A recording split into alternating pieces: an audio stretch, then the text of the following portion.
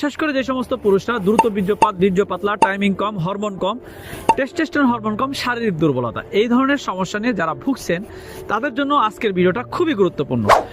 আগেকার রাজা বাচ্চা যারা ছিলেন তারা বেশিরভাগ মানুষই বিভিন্ন ভেষজ গাছগাছালি সেবন করতেন, যেটা সেবন করার ফলে তারা একজন সুপুরুষ হিসাবে তাদের স্ত্রীদের কাছে পরিচয় দিতে পারতেন।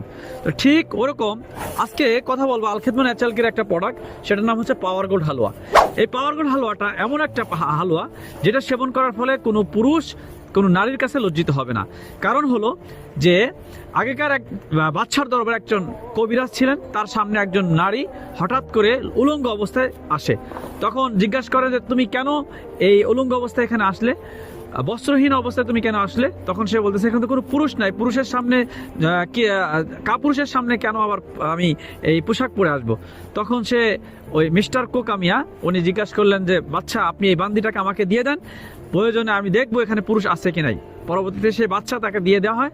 পরবর্তীতে পরের দিন সেই নারী আবার কাপড় পরে এসে তখন জিজ্ঞাসা করা হয় যে আপনি কেন আজকে কাপড় পরে আসছেন? তখন বলতেছে না এই দরবারে একজন পুরুষ আছে। তখন বাদশা মিয়া বলে তুমি কি এমন কি খাও যেটা খাইলে পুরুষ বলতে বাধ্য থাকিবে?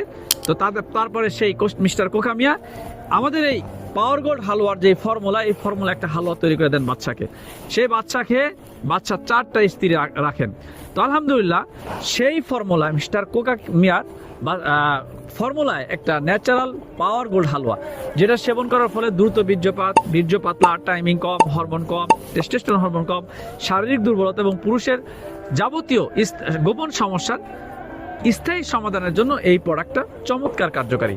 তো যারা দীর্ঘদিন ধরে স্থায়ী সমাধান খুঁজতেছেন, ভালো কোনো প্রোডাক্ট পাচ্ছেন না বা বিভিন্ন জায়গা থেকে প্রতারিত হচ্ছেন, নিজের দাম্পত্য জীবনে সুখী না, তাদের জন্য এই প্রোডাক্টটা চমৎকার কার্যকরী। তাই যাদের এই প্রোডাক্টটা লাগবে তারা সরাসরি আমাদের স্ক্রিনে দেওয়া নাম্বারে যোগাযোগ করেন। আসসালামু আলাইকুম ওয়া রাহমাতুল্লাহি ওয়া বারাকাতুহু।